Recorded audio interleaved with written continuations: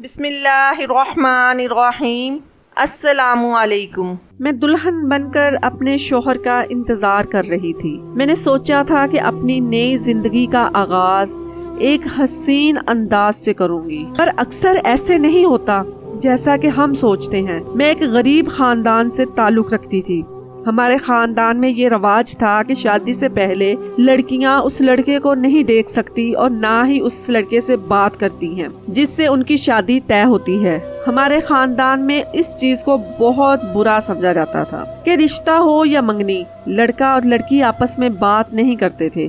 اگر یہ پرانے زمانے کا رواج ہمارے خاندان والوں نے ختم کر دیا ہوتا تو شاید کہ لڑکیوں کی زندگیاں تباہ ہونے سے بچ جاتی۔ میرا شوہر جب شادی کی رات کمرے میں آیا تو میرے دل میں ایک عجیب سی حرکت تھی کہ ایک حسین لڑکا میرے پاس بیٹھے گا اور ایک حسین انداز سے میرا گھونگھٹ اٹھائے گا، مجھ سے پیار بھری باتیں کرے گا، وہ ساری خواہشات شیئر کرے گا جو اس نے اپنے اور میرے مستقبل کے لیے سوچی ہوں گی۔ مگر حقیقت اس کے بالکل برعکس تھی۔ اس نے میرا گھونگھٹ اٹھانے کی بجائے مجھے کہا کہ جاؤ کپڑے تبدیل کر کے آؤ۔ یہ ایک عجیب رویہ تھا۔ میں نے ایک شادی شدہ زندگی کے بارے میں کبھی کسی کے منہ سے ایسا نہیں سنا تھا کہ کوئی اپنی بیوی کے ساتھ پہلی رات ایسا رویہ اختیار کرے، جبکہ دلہن کو تو اس رات منہ دکھائی میں دلہا ایک تحفہ بھی دیتا ہے۔ میرے شوہر نے تو مجھے کوئی تحفہ نہیں دیا تھا، اور جو میرے ساتھ ہو رہا تھا اس رویے کو قبول کرنے کے علاوہ میرے پاس کوئی دوسرا راستہ بھی نہیں تھا، نہ ہی میں کچھ بول سکتی تھی، کیونکہ ہمارے معاشرے میں والدین اپنی بیٹیوں کو سمجھا دیتے ہیں کہ سسرال سے بس تمہاری لاش آنی چاہیے۔ جب میں اپنا دلہن والا جوڑا تبدیل کر کے آئی تو میں نے کمرے میں آنے کے بعد اپنے شوہر پر ہلکی سی نظر ڈالی تو میں نے دیکھا اس کا رنگ سانولا تھا اور وہ میری عمر سے 10 سال بڑا محسوس ہوتا تھا۔ اس کے چہرے پر شادی کو لے کر ذرا برابر بھی کوئی خوشی نہیں تھی۔ رویہ تو ایسے تھا جیسے اس کے الفاظ میرے دل پر تیر چلا رہے تھے۔ مجھے صرف اپنی ماں باپ سے تھا۔ اگر وہ میری مرضی کو اہمیت نہیں دینا چاہتے تھے تو نہ دیتے، مگر جو رشتہ ان کی مرضی سے ہوا تھا اس انسان میں کوئی بھی ایسی چیز نہیں تھی کہ میں اپنے دل کو سکون دے سکتی۔ اس کے رویے نے تو ویسے ہی میرا دل بیزار کر دیا تھا۔ میں صبح اٹھی تو ہمارے کمرے کے دروازے پر دستک ہوئی۔ وہ میری ساس تھی۔ انہوں نے میرا نام پکار کر کہا، شمائلہ بہو، اٹھ کر ولیمے کے لیے تیار ہو جاؤ، مہمان بھی آنے والے ہوں گے۔ یہ کہہ کر وہ چلی گئی۔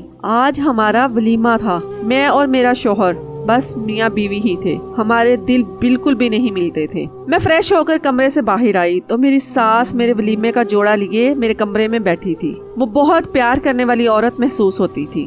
میں نے ان سے جوڑا پکڑا اور تیار ہو گئی۔ اس کے بعد ولیمے کے لیے ہم سب میرج ہال پہنچے۔ ہمارے ولیمے کے لیے شاندار انتظام تھا، مگر کیا فائدہ ان سب چیزوں کا جب شوہر ہی ایسا ہو۔ میں بھی صوفے پر بیٹھی تھی کہ میری نظر ایک حسین سے چہرے پر پڑی۔ اس کے چہرے کو دیکھ کر ایسا محسوس ہوتا تھا جیسے اللہ تعالیٰ کی طرف سے چہرے پر نور ہو، مگر اس کے ساتھ اس کے چہرے پر اداسی بھی تھی۔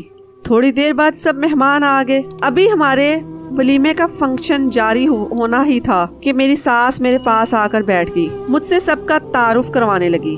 میں یہ دیکھ کر حیران و پریشان رہ گئی جب میری ساس نے میرا تعارف اس لڑکے سے کروایا جس کے چہرے سے میری نظر نہیں ہٹ رہی تھی۔ میری ساس نے بتایا کہ وہ میرے شوہر کا کزن ہے۔ اس کا نام مغیث تھا اور ہمارے پڑوس والے گھر میں ہی رہتا تھا۔ مغیث نے مجھے سلام کہا اور حال چال پوچھنے لگا۔ مجھ سے بات کرنے کے دوران اس نے میری طرف نظر بھی نہیں اٹھائی تھی۔ اس کے لہجے میں اتنی مٹھاس تھی کہ میں اس وقت ایک گہری سوچ میں مبتلا ہو گئی۔ میرے شوہر اور مغیث میں زمین و آسمان کا فرق تھا۔ وہ ایک میٹھے لہجے والا شریف لڑکا تھا اور میرا شوہر بد شکل اور بد زبان آدمی تھا۔ میرے شوہر کے لہجے میں ذرا بھی مٹھاس نہ تھی۔ ہر بات پر غصہ کرنا، طنز کرنا میرے شوہر گلزار کی عادت ہی بن گئی تھی۔ گلزار کی سوچ مجھ سے اس لیے بھی نہیں مل رہی تھی کیونکہ اس کی اور میری عمر میں بہت فرق تھا۔ ولیمہ ختم ہو گیا، ہم گھر چلے گئے۔ بس شام ہونے والی تھی۔ میں اس قدر تھک گئی تھی کہ میں نے جلدی سے کپڑے تبدیل کر لیے اور پیارا سا سوٹ پہن لیا۔ میں نئی نویلی دلہن تھی۔ ان دنوں میں تو سبھی لڑکیاں سجتی سورتی ہیں۔ میرے شوہر گلزار کمرے میں آئے۔ جیسے ہی گلزار کی نظر مجھ پر پڑی مجھے لگا مجھے کہیں گے کہ بہت حسین لگ رہی ہو، مگر وہ تو فوراً سے بولا، یہ کیا پہنا ہے؟ میں نے کچھ لمحے خاموش رہنے کے بعد کہا، خیریت تو ہے گلزار؟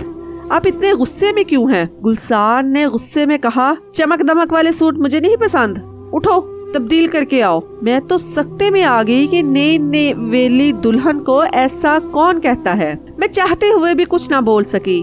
میں نے سوٹ اتار دیا۔ مرد کبھی بیوی کی مرضی سے کچھ نہیں کر سکتا، خود اپنی ہر بات منوا لیتا ہے۔ میری شادی کو 1 ماہ گزر گیا تھا۔ میں نے کچن کا اور گھر کا سارا کام سنبھال لیا تھا۔ میں اسی مہینے میں دیکھ چکی تھی میرے شوہر کی ماں میری ساس بہت اچھی عورت تھی۔ ان دنوں مغیث کے رشتے کی باتیں ہو رہی تھی۔ میں چاہتی تھی کہ رشتوں کی ساری زنجیریں ٹوٹ جائیں اور وہ میرا ہو جائے۔ زندگی اس طرح گزر رہی تھی، ٹوٹے ہوئے ارمانوں کے ساتھ۔ میں جب روز صبح اٹھتی کام میں مصروف ہو جاتی۔ میرے شوہر کا کزن مغیث قرآن مجید کا حافظ تھا۔ جب وہ صبح تلاوت قرآن پاک کرتا تو اس کی آواز ہمارے گھر میں بھی آ رہی ہوتی۔ قرآن پاک کی تلاوت سن کر میرے دل کو سکون مل جاتا، شاید اسی لیے اس کے منہ پر اتنا نور تھا۔ ایک دن میری طبیعت بہت خراب تھی۔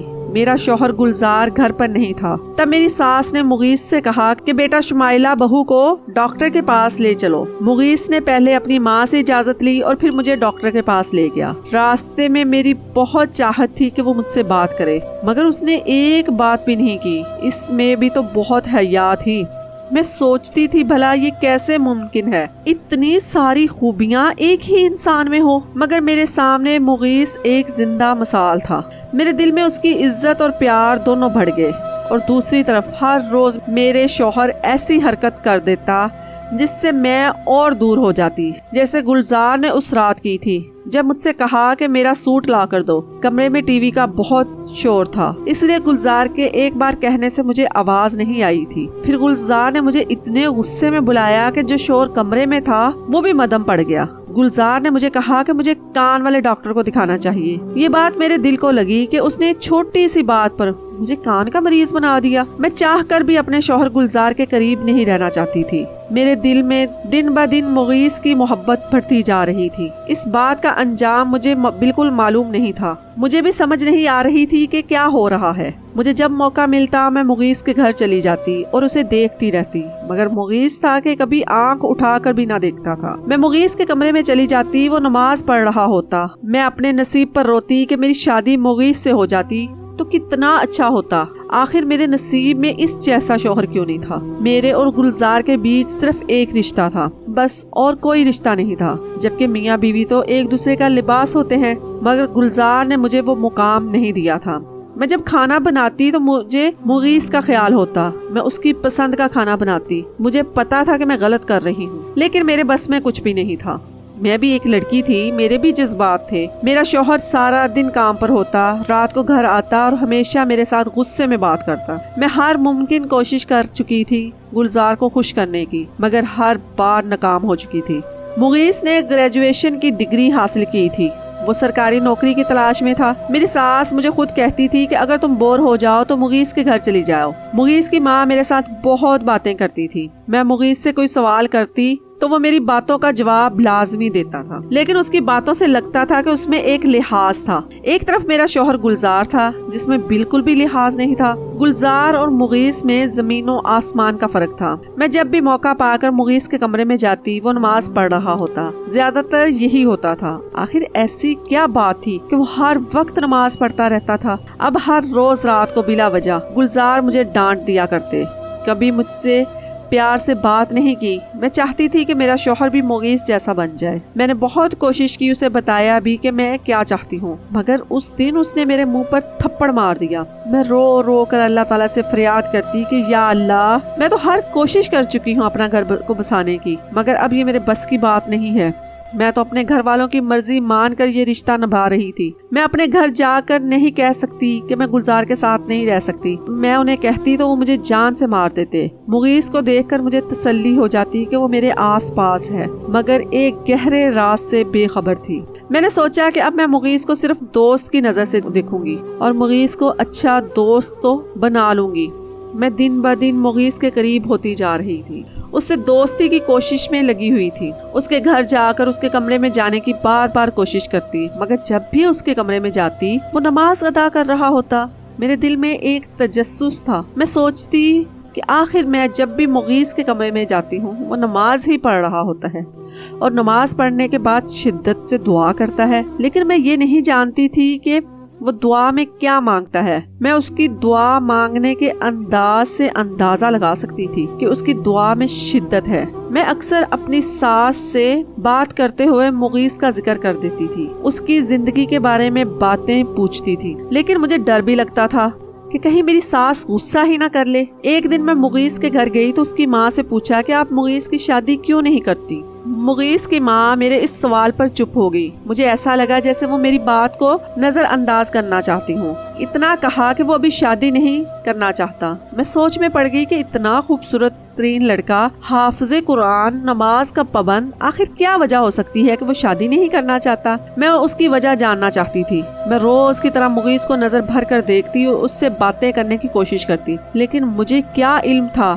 کہ مغیث بھی مجھے اپنا دوست ماننے لگ گیا تھا. اب میں روز مغیث کے کمرے میں چلی جاتی. شوہر صبح جاتا اور رات کو آتا اور میری ساس کو میری کوئی فکر ہی نہیں تھی. اب مغیث کے کمرے میں جائے بغیر مجھ سے رہا نہیں جاتا تھا. میں اس کے کمرے میں روز جاتی، لیکن حیرانگی کی بات یہ تھی کہ میں جب بھی اس کے کمرے میں جاتی وہ نماز ادا کر رہا ہوتا. مجھے یہ بات بالکل بھی سمجھ نہیں آتی تھی کہ کیا مغیث صرف میرے جانے پر ہی نماز ادا کرتا ہے یا سارا دن ہی نماز ادا کرتا رہتا ہے. میں نے یہ بات کنفرم کرنے کے لیے اگلے دن جب میں نے مغیث کے کمرے میں آنا تھا میں نے وقت تبدیل کر آئی. اس سے پہلے مغیث کے کمرے میں جانا شروع کر دیا. میں نے دیکھا مغیث اس وقت بھی جائے نماز پر بیٹھا ہوا تھا، نماز یا نوافل ادا کر رہا ہوتا. اس کا مطلب وہ صرف میرے جانے پر نماز نہیں ادا کرتا، بلکہ جب اس کا دل ہوتا وہ اللہ کی عبادت میں لگ جاتا. مجھے اس بات کا بہت زیادہ تجسس تھا، آخر وہ اتنی شدت سے اللہ تعالیٰ کے قریب کیسے ہوا ہے اور کیوں؟ کیونکہ میں نے آج سے پہلے کسی نوجوان کو اس طرح نہیں دیکھا تھا. مجھے یہ باتیں عجیب لگ رہی تھی.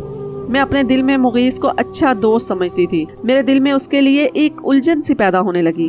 آخر وہ اتنی شدت سے دعا کیوں مانگ رہا ہوتا؟ آخر کیا وجہ ہے جس کی بنا پر وہ شادی نہیں کر رہا؟ میں نے سوچ لیا کہ میں اس کی وجہ خود تلاش کروں گی. آخر کیا وجہ ہے؟ اسے کیا دکھ ہے؟ وہ کیوں شادی نہیں کر رہا؟ میں نے ایک دن اپنی ساس کو کہا کہ مجھے اپنے ماں باپ کی یاد آ رہی ہے، مجھے اپنے مائکے جانا ہے. ان دنوں میرا شوہر گلزار کام کے سلسلے میں شہر سے باہر گیا ہوا تھا. میں اس پل کا فائدہ اٹھانا چاہتی تھی. میں نے اپنی ساس سے کہا کہ میں 1 ہفتہ تک رہوں گی، اس کے بعد آ جاؤں گی. میں گھر سے نکل کر اپنے مائکے گئی، وہاں کچھ ہی وقت گزارا اور شام ہوتے ہی وہاں سے نکل آئی. میں اپنے سسرال آنے کی بجائے مغیث کے گھر چلی گئی. دروازہ کھلا ہی ہوا تھا. میں چپکے سے مغیث کے کمرے میں چھپ گئی. اس دوران مجھے گھر کے کسی فرد نے نہیں دیکھا تھا. میں مغیث کے کمرے میں گئی. میں نے دیکھا وہ کمرے میں موجود نہیں تھا. میں نے اس بات کا فائدہ اٹھایا اور مغیث کے کمرے میں کچھ تلاشیاں کرنے لگی. مجھے محسوس ہوا کہ اس کمرے میں کوئی آ رہا ہے. میں فوراً سے اس کے کمرے میں الماری کے پیچھے چھپ گئی.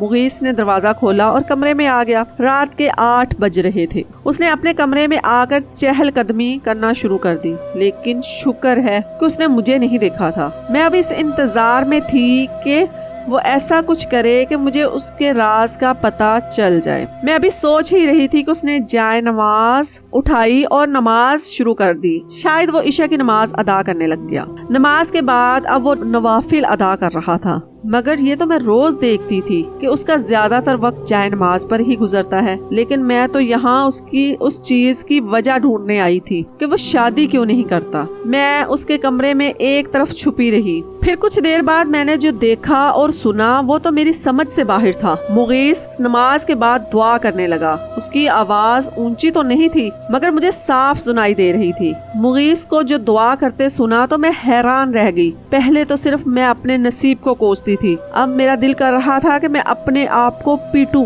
میں اپنے آپ کو ماروں. مغیث جو کچھ اپنی دعا میں مانگ رہا تھا مجھے تو یقین ہی نہیں آ رہا تھا کہ کیا واقعی یہی حقیقت ہے. وہ اللہ تعالیٰ سے یہ دعا مانگ رہا تھا کہ اس کی پسندیدہ لڑکی آج کسی اور کی بیوی ہے. اس کی پسندیدہ لڑکی کی شادی کسی اور سے ہو چکی ہے. وہ اللہ سے رو کر یہ دعا کر رہا تھا کہ وہ اس لڑکی سے شادی کر سکتا تھا، مگر باپ بننے کی صلاحیت مغیث میں نہ ہونے کی وجہ سے